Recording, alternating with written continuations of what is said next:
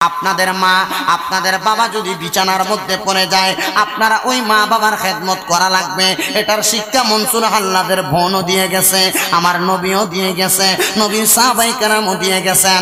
হযরতে মনসুর হাল্লাদের মা জননী যখন বিছানার মধ্যে পড়ে রইলেন, এবার মনসুর হাল্লাদের বোনটা তার মা জননীর অনেক খেদমত করে, আদর যত্ন করে।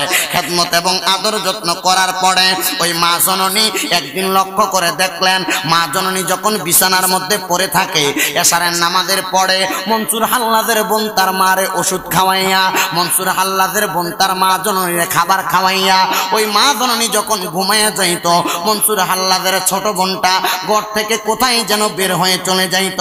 এবার একদিন ওই মা জননী দেখলেন, 2 দিন ওই মা জননী দেখলেন, 3 দিন দেখলেন, এবার 4 দিনের দিন ওই মা জননী ডাক দিয়া কয়, হে আমার কন্যা সন্তান, তোমার ভাই মনসুর, ওই মনসুরকে একবার তুমি একটু খবর দিয়া পাঠাও, বলবা তোমার মা জননী তোমারে ডাকতেছে, তোমার মা তোমারে খবর পাঠাইছে।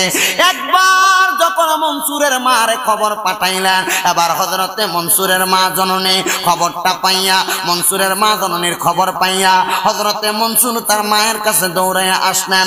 মা জননীর কাছে এসে ডাক দিয়া কয়, মা ও মা, আমি আপনার কথা মোতাবেক আল্লাহকে তালাশ করতেছি। বলে বাবা কেমনে তালাশ করো? মা আমার ইবাদতের মাধ্যমে। আর কেমনে তালাশ করো? মা আমি ইলম অর্জন করার মাধ্যমে। বলে আর কিভাবে তালাশ করো? মা গো মা আমি আল্লাহর ইবাদতের মাধ্যমে আল্লাহরে বেশি তালাশ করি। এবার ওই মনসুরকে যদি প্রশ্ন করেন, মনসুর তোমার মা বলল আল্লাহরে তালাশ করার জন্য, কেন তোমার মা বলল আল্লাহকে তালাশ করো? মনসুর কয় আমার মা আমার একটা বাণী শোনাইছে, মানলাহুল মাওলা ফালাহুল কুল, যেই ব্যক্তি মাওলার হইয়া যায় সমস্ত জগৎ জাহান তার হইয়া যায়। এই জন্য আমি আল্লাহরে তালাশ করি যেন সমস্ত জগৎ জাহান আমার হইয়া যায়।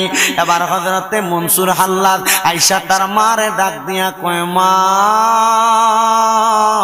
ও আমার আম্মা জান, আপনি বড় অসুস্থ, আপনি বুঝি আমি সন্তানকে দেখতে বড় মন চাইছে। মা ডাক দিয়া কয়, না রে সন্তান না, আমি অসুস্থ সত্য কথা, তোমাকে দেখতে মন চায় নাই। আমি মা জননী তোমার একটা কথা বলতে চাই। মনসুরের অন্তরের মধ্যে মায়া লাইগা গেছে। হায় রে মা জননী মনে হয় ইন্তেকাল করবেন, ইন্তেকালের আগে আমার মা মনে হয় আমার কাছে কোনো কথা বলতে চাই। মনসুর কান্না করে আর মায়ের হাতগুলারে চাইপা ধইরা, মায়ের পা গুলারে চাইপা ধইরা ডাক দিয়া কয়, আম্মা জান আপনি ইন্তেকাল করবেন এটা আমি চাই না। আমার আল্লাহর কাছে দোয়া করি, আল্লাহ গো আমার মা জননী আমারে বড় ভালোবাসে, আমার মা যদি ইন্তেকাল করে আমি কেমনে থাকবো? আমি সহ্য করতে পারবো না। এই বহুলার মাহফিলে কত সন্তান বসছে তাদের মা নাই, কত সন্তান বসছে তাদের বাবা নাই। আম্মা আব্বা আছে যাদের, তোমরা মা বাবা বেঁচে থাকা অবস্থায় ওই মা বাবার মতো রত্নটারে যত্ন করার চেষ্টা করো। দেখবা তুমি তোমার আম্মা আব্বার যত্ন করলে আমার আল্লাহ তোমার সম্পদের অভাব দিবে না, কামাই রুজিতের বরকত কেড়ে নিবে না। মনসুর হাল্লাদ ওই মায়ের কাছে দাঁড়াইয়া দাঁড়াইয়া কান্না করে, হায়রে আমার মা না জানি আমারে চাইরা চইলা যায়। আর আশেক এই কথাটারে সুন্দর ভাবে ভাবে বলতেছে, মা তুমি আমার আগে দিও না গো চলে, মা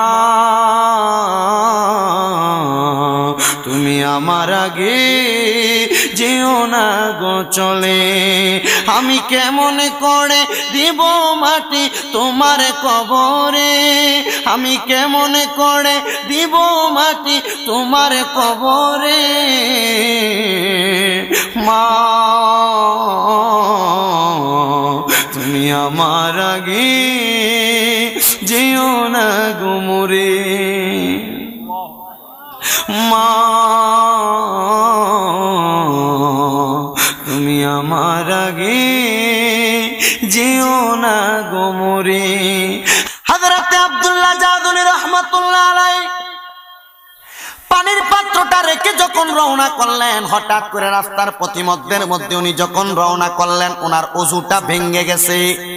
হযরত আব্দুল্লাহ জাদুনী রাহমাতুল্লাহি আলাইহি নামাজ আদায় করার জন্য জোহরের ওয়াক্ত হয়ে গেছে। হযরত হযরতে আব্দুল্লাহ জাযুলি রাহমাতুল্লাহ আলাইহি জোহরের ওয়াক্তে নামাজ শেষ করবেন, কিন্তু আব্দুল্লাহ জাযুলির ওযু নাই, পানি কোন জায়গার মধ্যে পাবে? পানি যদি না পায় তারপরে কিন্তু তায়াম্মুম করার কথা বলা হয়েছে। এবার হযরতে আব্দুল্লাহ জাযুলি রাহমাতুল্লাহ আলাইহি উনি হঠাৎ করে তাকায়া দেখলেন মরুভূমির মাঝ বরাবর একটা ঘর দেখা যাচ্ছে, আর ওই ঘরের পাশে একটা গাছ দেখা যাচ্ছে। হযরতে আব্দুল্লাহ জাযুলি রাহমাতুল্লাহ আলাইহি ওই গাছটার কাছে যখন গেলেন, ঘরটার সামনে যেয়ে দাঁড়িয়ে গেলেন, এবার লক্ষ্য করে দেখলেন ওই ঘরটার মধ্য থেকে কোনো আওয়াজ আসতেছে না, কিন্তু ঘরের দরজাটার ভিতর দিয়ে মারা। হযরতে আব্দুল্লাহ জাযুলি লক্ষ্য করে দেখলেন ওই ঘরের সামনে সুন্দর একটা কূপ আছে, কূপ যেটার পানিগুলা উপরে নাই, অনেক নিচে, তোলার জন্য বালতি লাগবে এবং দড়ি লাগবে। হযরতে আব্দুল্লাহ জাযুলি রাহমাতুল্লাহ আলাইহি ঘরের দরজার সামনে দাঁড়াইলেন এবং সালাম প্রদান করলেন, আসসালামু আলাইকুম ওয়া রাহমাতুল্লাহ। এবার আব্দুল্লাহ জাযুলি রাহমাতুল্লাহ আলাইহি যখন সালাম প্রদান করলেন, ঘরের মধ্য থেকে কোনো জবাব দেয় না। এবার আব্দুল্লাহ জাযুলির মনের মধ্যে একটা আওয়াজ, একটা কথা মনে পড়ে গেল।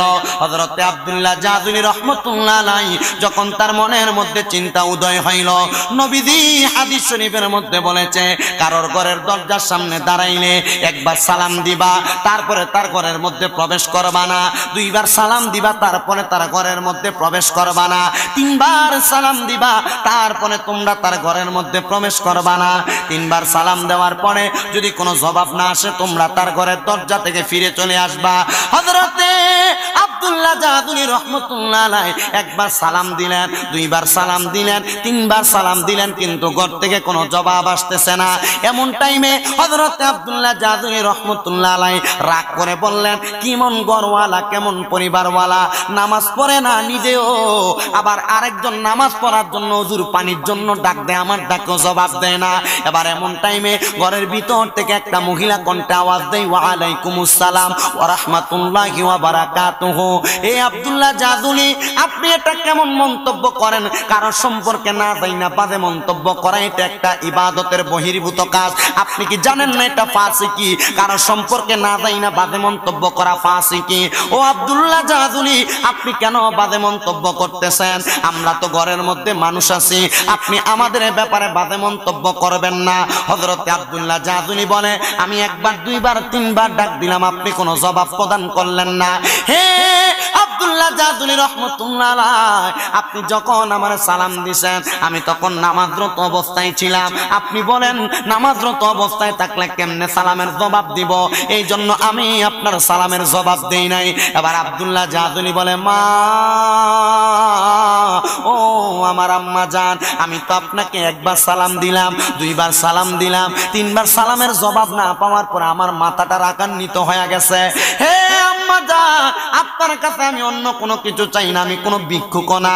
আম্মা জান, দুহরের নামাজের ওয়াক্ত শেষ হয়ে যাচ্ছে, আবার কোন কোন বর্ণনায় পাওয়া যায় বলেছে আসরের নামাজের ওয়াক্ত শেষ হয়ে যাচ্ছে। ও মা, আপনি আমারে কি একটু পানির ব্যবস্থা করে দিতে পারেন? ওই পানিটা দ্বারা আমি ওযু করব। মহিলা ডাক দিয়া কয়, ওগো আব্দুল্লাহ জাযুলি, না না, আমি আপনারে পানি দিতে পারবো না। বলে, কেন পানি দিবেন না? আমি নামাজ পড়ি, আপনি কি চান না? বলে, চাই। তাহলে পানি কেন আপনি আমারে দিবেন না? বলে, আমার ঘরে তো পানি নাই, আমি কেমনে আপনি আব্দুল্লাহ জাযুলিরে পানি প্রদান করব? এবার হযরতে আব্দুল্লাহ জাযুলি বলে, মা, ঠিক আছে, আপনার ঘরের মধ্যে পানি নাই, আপনি আমারে পানি দিতে পারবেন না। তাহলে আমি তাকায়া দেখলাম আপনার বাড়ির সম্মুখে একটা কূপ দেখা যায়, ওই কূপের পানিগুলা একবারে কূপের নিচে চলে গেছে। কূপের পানিগুলা তোলার জন্য বালতির দরকার, পানিগুলা তোলার জন্য একটা দড়ির দরকার। মা, আপনি আমার একটা বালতি এবং একটু দড়ির ব্যবস্থা করে দেন, যেন আমি নিচ থেকে পানি তুলতে পারি। মারহাবা পড়েন না, আরো জোরে পড়বেন না মারহাবা। মহিলা ডাক দিয়ে, আব্দুল্লাহ জাযুলি, আমার কাছে কোনো বালতিও নাই, দড়িও নাই, বালতিও নাই, দড়িও নাই, কোন জায়গা থেকে আমি আপনারে পানির বালতি এবং দড়ি দিব? মহিলারা এবার আব্দুল্লাহ জাযুলি বলে, হে মা, আপনি কিছুক্ষণ আগে নামাজ আদায় করেছেন, ওযু করছেন কিভাবে? বলে, এই কূপের পানি দিয়া। আরে কি বলেন? বলে, হ্যাঁ, কূপের পানি দিয়া ওযু করেছি। বলে, তাইলে আপনি পানি উঠাইলেন কিভাবে? ডাক দিয়া কয়, ও আব্দুল্লাহ জাযুলি, আপনার পানি লাগবে শুধু এটা বলেন, তাহলে আপনি আমার চোখের আড়াল হয়ে যান, আমি ঘর থেকে বের হব, তারপরে আমি এই জায়গার মধ্য থেকে আপনারে পানি উঠাইয়া দিব। আব্দুল্লাহ জাযুনি চিন্তা করলেন, মহিলাটা মনে হয় বড় পর্দাশীল, পুরুষ মানুষকে তার চেহারা দেখতে দেয় না, পুরুষ মানুষের তার দেহটা দেখতে দেয় না। আর আল্লাহ কুরআনুল কারীমের মধ্যে ঘোষণা করে দেয়, ওয়া কারনা ফি বুয়ুতিকুন্না ওয়ালা তাবাররাজনা তাবাররুজাল জাহিলিয়াতিল উলা। আল্লাহ পাক রব্বুল আলামিন জানায়া দেয়, জগৎবাসী তোমরা তোমাদের মহিলাদেরকে জাহিলিয়া যুগের মহিলাদের মতো বের হতে দিবা না। বের হতে দিবা তো তারা ইফতিজিং এর শিকার হবে, বের হতে দিবা তো তারা রাস্তার মধ্যে টিস্কারির পাত্র হবে, ঠাট্টার পাত্র হবে। এবার আমার ওই মহিলাটা ডাক দিয়া কয়, আব্দুল্লাহ জাযুনি, আপনি আমার কাছে পানি চাইলেন, আমি আপনারে পানি দিতে পারলাম না, আপনি একটু আড়ালে যান, আড়ালে যেয়ে দাঁড়াইলে আমি এই জায়গার মধ্যে আইসা আপনারে পানির ব্যবস্থা করে দিতেছি। এবার হযরত আব্দুল্লাহ জাযুনি রাহমাতুল্লাহ আলাইহি দুইটা খেজুর গাছের আড়ালের মধ্যে যেয়ে লুকাইলেন। হঠাৎ করে আব্দুল্লাহ জাযুনি রাহমাতুল্লাহ আলাইহি দেখলেন একটা হঠাৎ করে পানির নহর তার পায়ের কাছে দিয়া যাইতেছে। আব্দুল্লাহ জাযুনি চিন্তা করলেন, এতক্ষণ পানি ছিল না, আর এখন আমার পায়ের কাছে দিয়া পানি যাইতেছে। আব্দুল্লাহ জাযুনি রাহমাতুল্লাহ আলাইহি তাকে দেখে, এবার ওই খেজুর গাছের আড়াল থেকে লক্ষ্য করে দেখে যে কূপের পানিগুলা কূপের নিচে চলে গিয়েছিল, ওই পানিগুলা কূপের উপর দিয়া উতরে উতরে উতরেছে। জবান খুলে জোরে জোরে বলেন সুবহানাল্লাহ। হযরত আব্দুল্লাহ জাযুনি রাহমাতুল্লাহ আলাইহি জিজ্ঞাসা করে, পেছন থেকে ডাক দিয়া বলে, মা, ও মা গো, এতক্ষণ তো কোনো পানি উপরের দিকে ওঠে নাই, এখন পানি আসলো কিভাবে? আপনি কি আমার কাছে বলতে পারেন? ওই মহিলাকে, আব্দুল্লাহ জাযুনি, এতক্ষণ আপনি আমার কাছে নামাজের জন্য পায়তারা করতেছিলেন, আগে নামাজ আদায় করেন, তারপরে আমি এই পানি উঠার রহস্যটা আমি আপনার কাছে বলে দিব। এবার হযরতে আব্দুল্লাহ জাযুনি রাহমাতুল্লাহ আলাইহি পানি দিয়া ওযু বানাইলেন, নামাজ আদায় করলেন। নামাজ আদায় করার পরে মহিলার দরজার সামনে দাঁড়াইলো। এবার ডাক দিয়া কয়, মা, কেমনে পানিটা উঠছে আপনি আমারে বলেন না? ওই মহিলা কয়, হুজুর আব্দুল্লাহ জাযুনি শুনে নেন, আমি আমার মুখ থেকে থু থু বলে 3 বার থুতু মারলাম ওই পানির মধ্যে। মারার সাথে সাথে দেখলাম ওই পানিগুলা উতরে উতরে উপরের দিকে উঠতেছে। হযরত আব্দুল্লাহ জাযুনি কয়, মা, এই পাওয়ার কেমনে অর্জন করলা তুমি আমার একবার বলো। বলে, আমি অন্য কোনো ভাবে অর্জন করি নাই। একদিন আসরের নামাজের ওয়াক্ত হয়ে গেছে, যোহরের নামাজের ওযুটা আমার ছিল, কিন্তু যখন নামাজের ওয়াক্ত হইল আসরের, আমার ওযুটা ভেঙে গেছে। আমি ওই সময় দুরূদ শরীফ আদায় করতেছিলাম। যখন ওযুটা আমার ভেঙে গেল, আমি তাকে দেখলাম আমার ঘরে কোনো পানি নেই ওযু করার জন্য। আমার সামনে কূপটা আছে, কিন্তু দরিয়ার বালতির অভাবে আমি পানিটা তুলতে পারতেছিলাম না। এই কূপের প্রতি আমার বড় ঘৃণা লাগতেছিল। আমি যে আমার হাতের কাছে পানি আছে, কিন্তু তুলতে পারতেছি না, ওযু করতে পারতেছি না। কূপের প্রতি রাগ কইরা আমি মহিলা ওই কূপের মধ্যে থু থু করে 3 বার ঘৃণার চোখে সেপ মারছি। মারার সাথে সাথে আমি তাকে দেখলাম ওই কূপের মধ্য থেকে পানি উতরে উতরে পড়তেছে, কূপের মধ্য থেকে পানি উঠতেছে। এবার আমি ওযু বানাইলাম, ওযু বানাইয়া আমি নামাজ আদায় করলাম। আসরের নামাজের পরে আমি আল্লাহর দরবারে ইস্তেখারা করলাম। হে মুসলমান, ইস্তেখারা বলতে আপনি কি বুঝেন? আপনার কাছে আমি আরেকটা বার জানাইয়া দিতে চাই। ইস্তেখারা বলতে ওইটাকে বলা হয়, মনে করেন আপনি আপনার ছেলে কি বিবাহ দিবেন, মেয়ে কি বিবাহ দিবেন কোন জায়গায়, একটু মনোযোগের সাথে শোনার চেষ্টা করেন। আপনার ছেলেকে কারোর কাছে বিবাহ দিবেন, মেয়েকে কারোর কাছে বিবাহ দিবেন। বিবাহ দেওয়ার আগে ছেলেটাকে যে মেয়ের সাথে বিবাহ দিবেন, ওই মেয়েটা কি ভালো না খারাপ এটা জানার জন্য ইস্তেখারার দরকার। মনে করেন আপনি ব্যবসা করবেন, ব্যবসাটাতে আপনার উন্নয়ন হবে না, লস হবে, এটার জন্য আপনার ইস্তেখারার দরকার। বলে, হুজুর ইস্তেখারা কিভাবে করা হয়? ইস্তেখারা করা হয় যদি হারাম না খায়, হালাল খাবার খায়, যদি আল্লাহর ইবাদত করে, বেশি করে আসরের নামাজের পরে দুরূদ শরীফ আদায় করে, ইস্তেগফার আদায় করে, সূরা ফাতিহা এবং সূরা ইখলাস পড়ে, ডান হাতের তালুটা ডান গালের নিচে দিয়া, পাটাকে বইটা, চক্ষুটা বন্ধ করে আল্লাহর কাছে কোনো কাজের জন্য ইরাদা করা অথবা কোনো কাজের জন্য জানার চেষ্টা করার নাম ইস্তেখারা। এখানে অনেকে আছেন আলেম সারা, মাদ্রাসার ছাত্র সারা, তরিকতের সবক গ্রহণ করেছেন ওই লোক ছাড়া আমার মনে হয় না সাধারণ কোনো পাবলিক কোনোদিন ইস্তেখারা করেছে। আমার মনে হয় না। আমার একজন উস্তাদ আমাকে বলেছেন কোন ভালো কাজ বা কোন কর্ম সম্পাদন করার আগে একবার ইস্তেখারা করে নিবা। হুজুর কেন? যে এই কাজটা করার আগে ইস্তেখারা করলে তোমার জীবনের সিদ্ধান্তটা কি ভালো হচ্ছে নাকি খারাপ হচ্ছে তখন তুমি বুঝতে পারবে। আপনারা সুবহানাল্লাহ বললেন না? আপনাদের দোয়ার বরকতে আমি এক এক করে কুমিল্লা শহরে 6টা মাদ্রাসা করছি। কয়টা? 6টা মাদ্রাসা করেছি। অল্প কিছুদিন আগে অক্টোবর মাসের 1 তারিখে আমি আমার একটা মহিলা মাদ্রাসার উদ্বোধন করেছি। আমি করার আগে চিন্তা করলাম মহিলা মাদ্রাসা তো হুজুরের দোষের কোনো অভাব নাই, চিন্তা করা দরকার কোনো বদনাম নি হয়ে যায়। আমি হুজুরকে বললাম হুজুর আপনি একটু দেখেন না এখন আমি ইস্তেখারা কইরাম কেমনে, ইবাদতের এত একটা জোর পাইতেছি না, মাহফিলে দৌড়াই মোটামুটি নফল ইবাদত কম হইতেছে, কোন রকম ফরজ ইবাদতরা হয়। হুজুরে কইলে আচ্ছা ঠিক আছে আমি দেখতেছি। হুজুর বলছে ঠিক আছে করো, তবে সাবধানতার সাথে একটু সিকিউরিটি মেইনটেইন করে চলো। আপনাদের দোয়ার বরকতে এমন ভাবে সিকিউরিটি দিছি বাইরে অনেক সুযোগ নাই, মোটামুটি সিসি ক্যামেরা রোমে লাগাই দিছি, তো এখন খুব সুন্দরভাবে মাদ্রাসা পরিচালিত হচ্ছে আলহামদুলিল্লাহ। কি বলবেন না আপনারা জোরে? আর জোরে বলবেন নাকি আলহামদুলিল্লাহ? আপনাদের দোয়ার বরকতে আপনাদের মনে হয় দিগম্বরের আগে রোকনপুরের একটা এলাকার একটা মেয়েকে গত পরশুদিন নিয়ে ভর্তি করাইছে আমার মাদ্রাসায়। এরপরে আপনাদের এখান দিয়ে পাশে ওই যে বানিয়াচঙ্গের মাথায় এনে একটা গ্রাম আছে, ওই গ্রামের একটা ছেলে নিয়ে ওই দিন আমার মাদ্রাসায় নিয়ে দিয়ে আসছে। আমি জিগাইলাম হবিগঞ্জে মাদ্রাসার অভাব নাই, এনে কেন আনছেন? বলে হুজুর আপনি ওয়াজ করেন এর লেগে আপনার মাদ্রাসায় দিছি। আমি কই মাশাআল্লাহ ঠিক আছে, তবে চিন্তা করলাম এই ইস্তেখারার একটা ফজিলত বরকত আছে না নাই? জোরে বলেন আছে না নাই? এজন্য কোন কর্ম করার আগে ইস্তেখারা করবেন। ইস্তেখারা, এই ইস্তেখারা করলে অনেক লাভ হইব।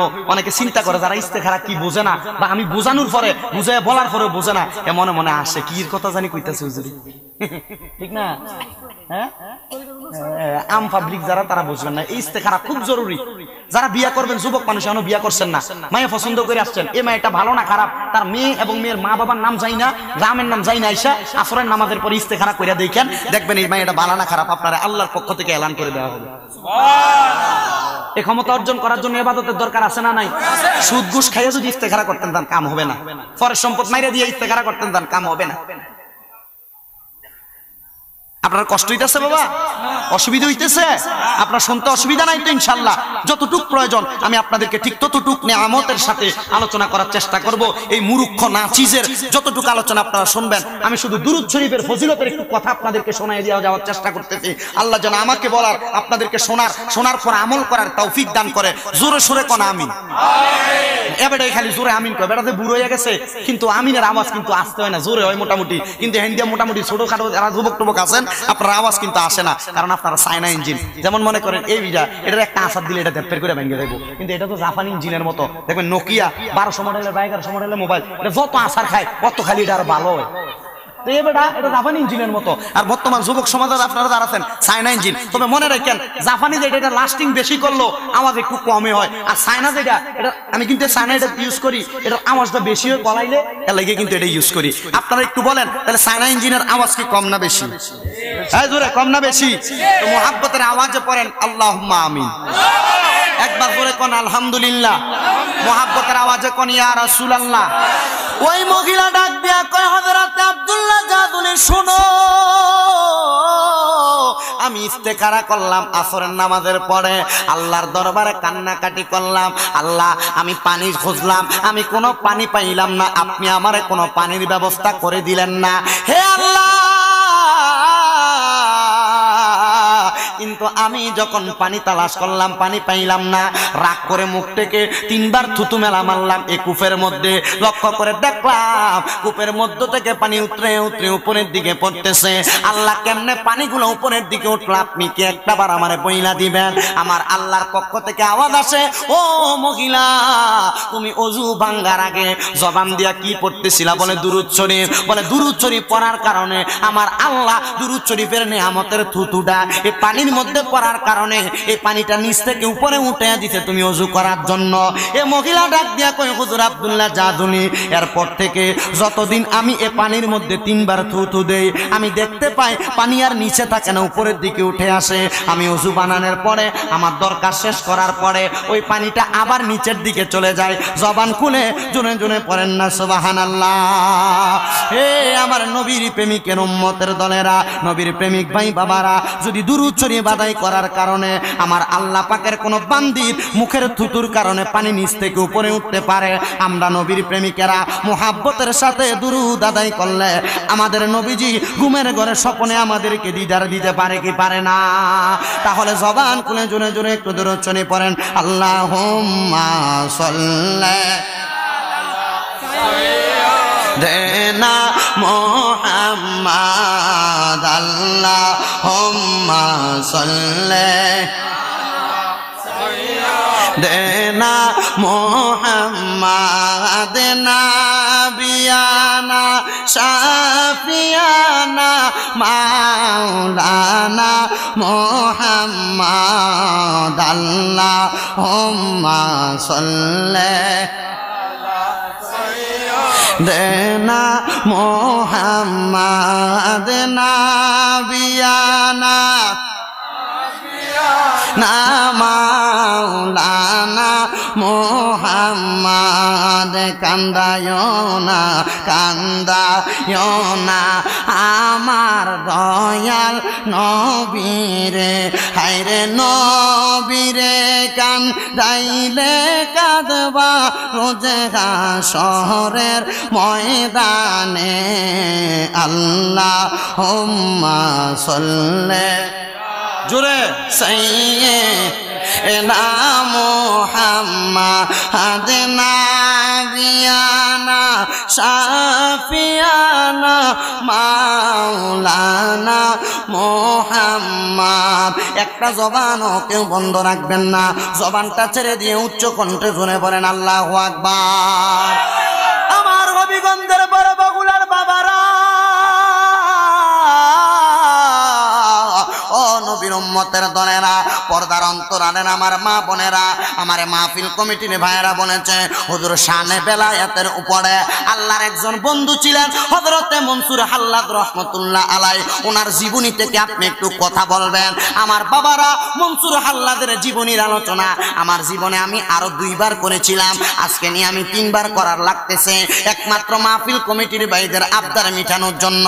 তবে আমার একটা বিশ্বাস, এই আলোচনা থেকে আপনারা অনেক কিছু শিক্ষা গ্রহণ করতে পারবেন। মনসুর হাল্লাদ তো অনেক পরের কথা, মনসুর হাল্লাদ দুনিয়ার জমিনে যার মাধ্যমে আসছে উনি হইল তার মা জননী। ওই মনসুর হাল্লাদ তার মায়ের গর্ভের একমাত্র একটা সন্তান, ছেলে সন্তান, এবং সেই মনসুর হাল্লাদের মায়ের গর্ভ থেকে আরেকটা মেয়ে জন্মগ্রহণ করেছে। মনসুর হাল্লাদ এবং তার বোন, তারা 2 জন ভাই বোন ছিলেন।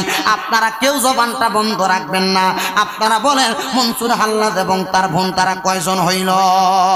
হযরতে মনসুর হাল্লাদ রহমাতুল্লাহ আলাইহি উনি যখন দুনিয়ার সমাজের মধ্যে ইবাদত করতেন, হযরতে মনসুর হাল্লাদ ইবাদতের মধ্যে মশগুল থাকতেন, সকল কর্মকাণ্ডের মধ্যে কর্মকাণ্ডের মধ্যে থাকতেন, মানুষের সেবার কাজের মধ্যে থাকতেন। কিন্তু মনসুর হাল্লাদের আম্মা জান বাড়ির মধ্যে বড় অসুস্থ অবস্থায় পড়েছিল, কিন্তু মায়ের দেখাশোনা করার জন্য মনসুর হাল্লাদের ওই ছোট বোনটা মনসুর হাল্লাদের বাড়ির মধ্যে সব সময় থাকতো, তার আম্মা জানের খেদমত করত। 1 দিন না, 2 দিন না, 3 দিন না, মনসুর হাল্লাদের মা জননী অনেক দিন পর্যন্ত বিছানার মধ্যে পড়েছিলেন, আর ওই মা জননীর খেদমত করেছিলেন তার কন্যা সন্তান।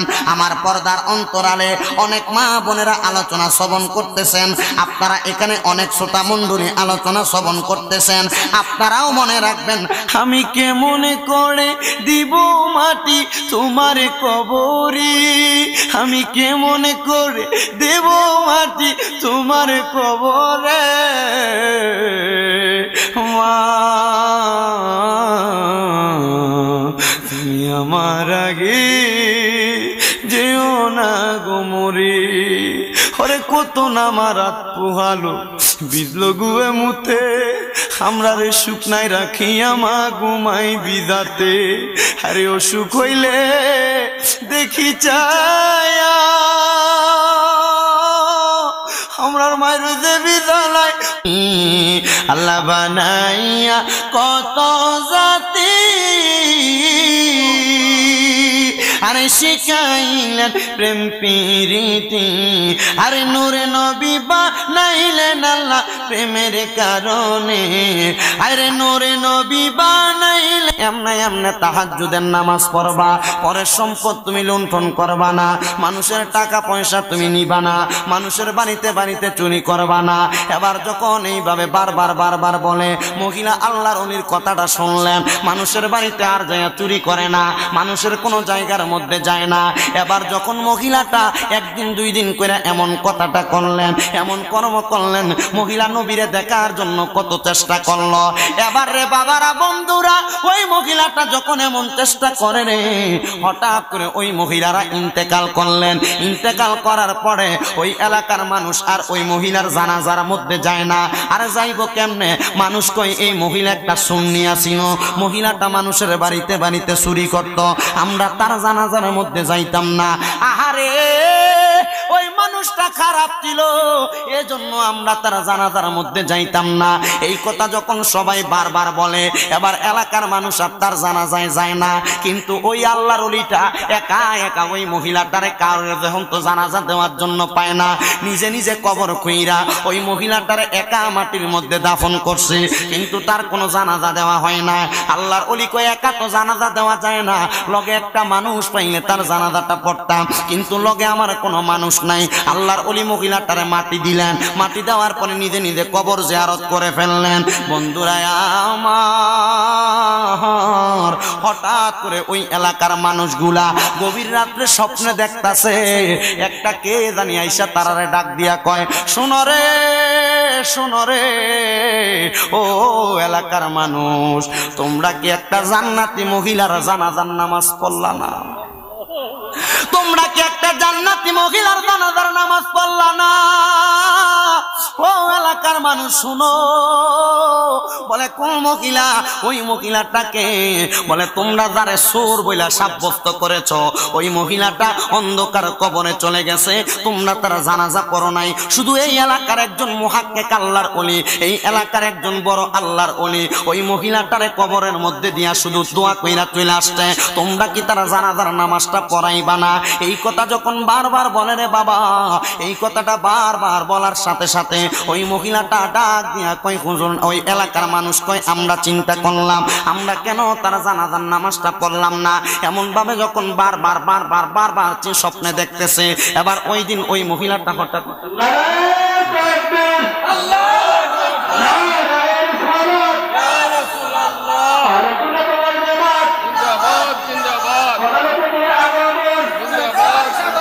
শুভেচ্ছা স্বাগতম বহুলার পক্ষ থেকে আইছে লাল গোলাপ শুভেচ্ছা, বড় বহুলার পক্ষ থেকে লাল গোলাপ শুভেচ্ছা। নারায়ণ তাকবীর, নারায়ণ সালাত, প্রধানমন্ত্রীর আগমন, শুভেচ্ছা স্বাগতম। সমাজে উপস্থিতি আমাদের মধ্যে উপস্থিত হয়েছেন আজকের মাহফিলের সম্মানিত প্রধান অতিথি। ওই মহিলা ইন্তেকাল করার পর এলাকার কেউ তার জানাজার নামাজ পড়ায় নাই, শুধু আল্লাহর ওলি একা তাকে দাফন করে উনি চলে গেছেন। গভীর রাত্রে সবাই স্বপ্নে দেখছেন, তোমরা তো একজন আল্লাহর খাস বান্দির জান্নাতি ব্যক্তিত্বের জানাজার নামাজ পড়াও নাই, তোমরা এটা কি করলা? হঠাৎ করে তারা ওই দিন ফজরের নামাজের সময় মসজিদের ভিতরে এমনি দেখবেন নামাজের ভিতরে মুসল্লি হয় না, হঠাৎ করে যদি খারাপ কোনো কিছু দেখে বা মা বাপের স্বপ্ন দেখে, এদিন কালা মসজিদের ভিতরে যে আগে আগে উজু করে দেয় বইয়ে থাকে, আছে না এমন? তো ওই দিন সবই স্বপ্ন দেখার পরে মসজিদে দেয় বসে আছে। হুজুরকে জিগায়, হুজুর আমরা তো স্বপ্ন দেখছি এক মহিলা যিনাকে আপনি মাটি দিচ্ছেন, ওনারা আমরা চোর বইলা জানতাম, উনি ইন্তেকাল করেছেন, হুজুর উনি নাকি জান্নাতি মহিলা অথবা একজন আবেদা মহিলা। হুজুর আমরা বুঝলাম না বিষয়টা। হুজুর বলছে মহিলা একদিন রাত্রবেলা আমার কাছে ওয়া মিনাল লাইলি ফাতাহাজ্জাত বিহি নাফিলাতান লাকা আসা আইয়াবা আসাকা রাব্বুকা মাকামাম মাহমুদা, এই আয়াতের সবক নিয়ে মহিলা রাত্রবেলা তাহাজ্জুদের নামাজ পড়তেন, চুরি ছেড়ে দিয়ে 5 ওয়াক্ত নামাজও আদায় করতেন। এরপরে মহিলাটা ওই দিনই মারা গেছে যেদিন সবক নিয়েছেন। বলে এই মহিলা এই জন্যই মনে হয় জান্নাতি তোমরা দেখেছো? বলে যেহেতু আমরা দেখেছি, আপনি হুজুর আমাদেরকে আরেকবার জানাজার নামাজ পড়ার ব্যবস্থা করে দেন। বলে দাফন তো হয়ে গেছে, জানাজা কিভাবে পড়াবে? তোমরা যাও ওই মহিলার কবরটা তোমরা জিয়ারত করো, জিয়ারত করলে আল্লাহ হয়তোবা তোমাদেরকেও কবুল করবেন, ওই মহিলাকেও কবুল করবেন। আপনারা বলেন আল্লাহ যেহেতু ওই মহিলাকে মাত্র এক রাত্র তাহাজ্জুদ নামাজের সবক নেওয়ার কারণে মাফ করে দিছে, আমরা যদি চাই আমাদের জীবনের পূর্বের সব গুনাহ আজকে একদিনের ইবাদতের কারণে আল্লাহ মাফ করতে পারে কি পারে না? বলে বলেন পারে কি পারে না? আর যেই ঘটনার মূল ধারাবাহিকতায় ছিলাম ওইটা হচ্ছে হযরত মনসুর হাল্লাফ রহমতুল্লাহ আলাই, উনি যখন গেলেন যায় দেখলেন ওনার বোন ওই পুকুরের উপর দিয়ে এমনি হাঁটতেছেন। হঠাৎ করে উনি এই ঘটনা দেখে অবাক হয়ে দেখলেন ওনার বোন কি যেন পান করতেছে। যা বোনকে বললেন এটা তুমি কি পান করো? হঠাৎ করে অবাক হয়ে যখন দেখলেন, বোন বলেছে ভাইজান এটা আপনি পান করেন না। কিন্তু হযরত মনসুর আল্লাহ জোর করে ওই পানিটা পান করছেন, করার পরে তার জবান দ্বারা আনাল হক শব্দটা বের হয়েছে, এমনি এমনি বের হয় নাই। তবে চিন্তা করেন আমরা যদি আল্লাহ এবং তার রাসূলের পথ মতে চলি, আমাদের জবানের একটা কথাও আল্লাহর কাছে অত্যন্ত প্রিয় কথা হইতে পারে। তবে একটা জিনিস রাখতে হবে, হালাল খাবার খায়া আল্লাহর ইবাদত কইরা হক পথে যদি আপনি চলাফেরা করেন, আপনার জবানের একটা কথাও দামি কথাই রূপ নিবে। আল্লাহ যেন আমাকে যেই কথাগুলো বলেছি এবং আপনারা শুনেছেন, আমাকে বলার পর আমল করার, আপনারা শোনার পর আমল করার, আল্লাহ যেন সবাইকে তৌফিক দান করে। আপনাদের সবার কাছ থেকে বিদায় আরজ করে, হুজুরের কাছ থেকে দোয়া কামনা করে আমি এখানেই বিদায় নিলাম। আসসালামু আলাইকুম ওয়া রাহমাতুল্লাহি ওয়া বারাকাতুহু ওয়া মাগফিরাতুহু। ওয়া কিনা আযাবান নার ওয়া কিনা আযাবাল সাকরাতুল মাউত ওয়া কিনা আযাবাল কবর ওয়া কিনা আযাবাল হাশর ওয়া কিনা আযাবাল ফুসরাত ওয়া কিনা আযাবাল ইয়াউমাল কিয়ামা। মাবুদ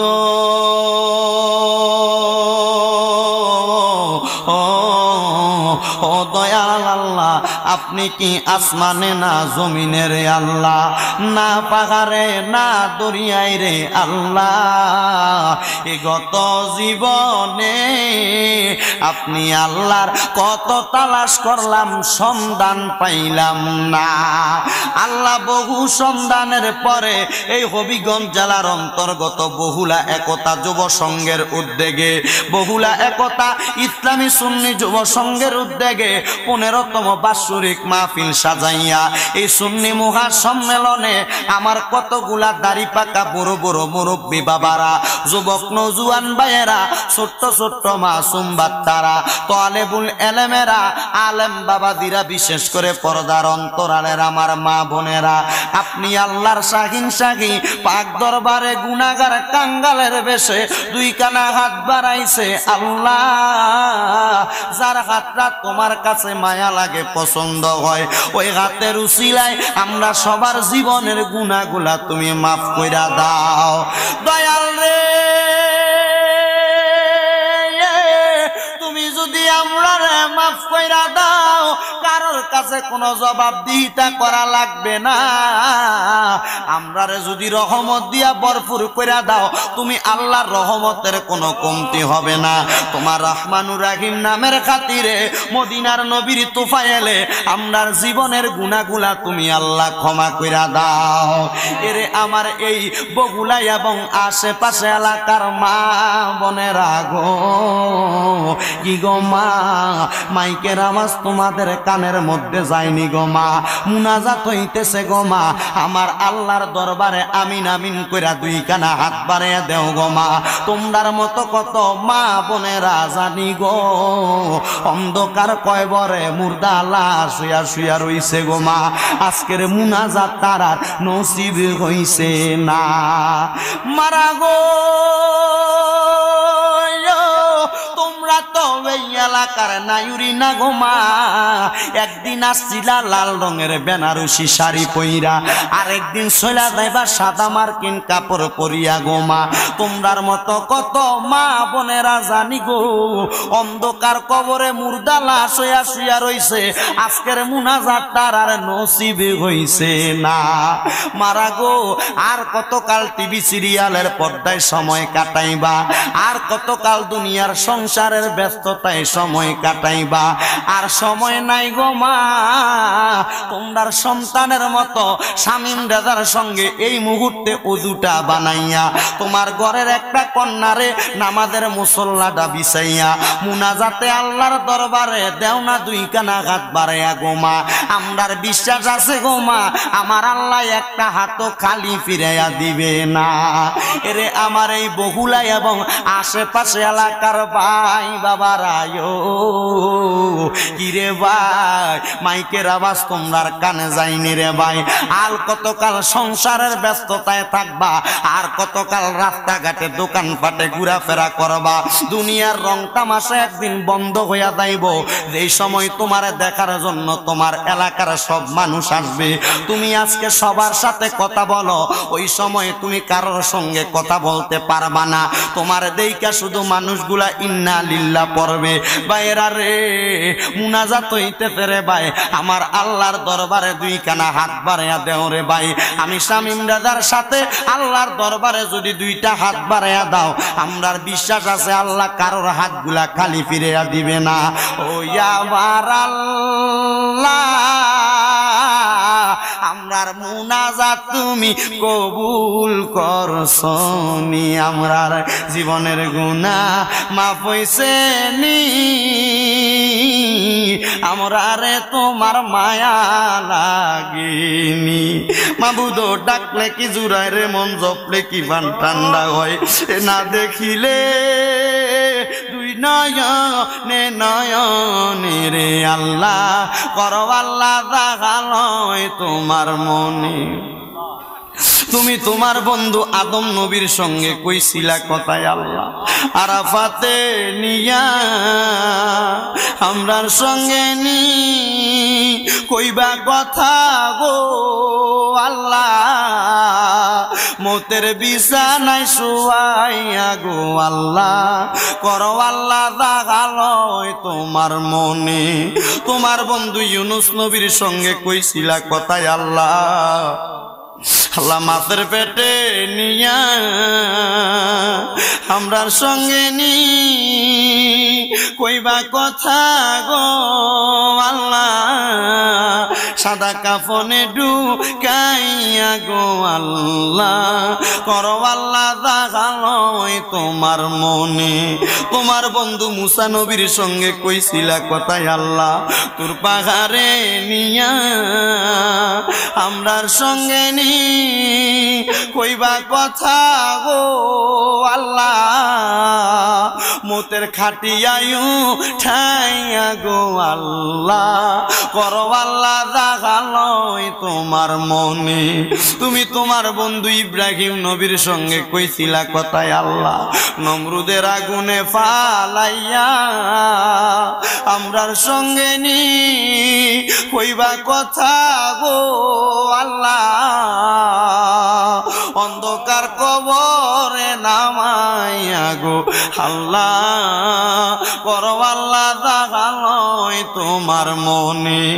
অবশেষে আমার নূরের নবীর সঙ্গে কইছিলা কথায় আল্লাহ, মেরাজেতে নিয়া আমরার সঙ্গে নি কইবা কথা গো আল্লাহ, আমার নবীরের সামনে তে রাখিয়া গো আল্লাহ, করো আল্লাহ দেখালয় তোমার মনে। মাবুদ রে, তাকে করে আল্লাহ, আজকে এই বহুলা একতা ইসলামী সুন্নি যুব সংঘের মাহফিলটাতে আমার কতগুলা আলেম ওলামা, দাড়ি পাকা মুরব্বী, যুবক নওজোয়ান সহ ছোট ছোট মাসুম বাচ্চা সহ পর্দার অন্তরালে সহ সোশ্যাল মিডিয়ার মাধ্যমে দেশ বিদেশ থেকে অনেক মুসল্লি বাবাজিরা, মা বোনেরা, তুমি আল্লাহর শাহিন শাহী পাক দরবারে গুনাহগার কাঙ্গালের বেশে হাত বাড়াইয়া দিছে আল্লাহ। জানি না কার জানি জগতের মধ্যে আব্বা নাই, যেই বাবা রিক্সা চালাইয়া মাটি কাইটা মাথার গাম পায়ে ফালাইয়া পরের বাড়িতে বদলার কাজ কইরা সন্তান রে মানুষের মতো মানুষ বানানোর জন্য আব্বা জান এত কষ্ট করছে। আল্লাহ জানি না কার জানি এমন আব্বা জান অন্ধকার কবরে। আল্লাহ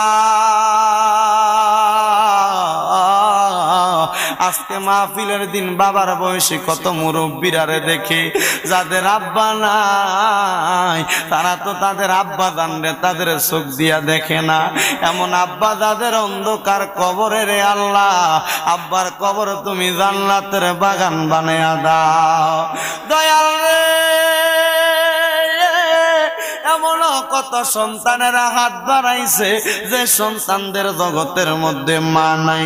হায়রে মা, যেই মারে মা কইয়া ডাকলে কলিজার আগুন ঠান্ডা হইয়া যায়, যেই মায়ের দিকে নেক নজরে তাকাইলে কবুল হজের সওয়াব হইয়া যায়। জানি না রে আল্লাহ কোন সন্তান জানি তার মার লাশটারে কবরে শোয়া দিয়া হাত বাড়াইছে। এখন মুনাজাতে কান্নায় আসতে পারে, নাও আসতে পারে। আল্লাহ বাড়ির মধ্যে গেলে আমার পুরান কাপড়টার দিকে তাকাইলে চোখের পানি ডিবাইয়া বাইয়া পড়ে। জানি না কার জানি এমন মা অন্ধকার কবরে।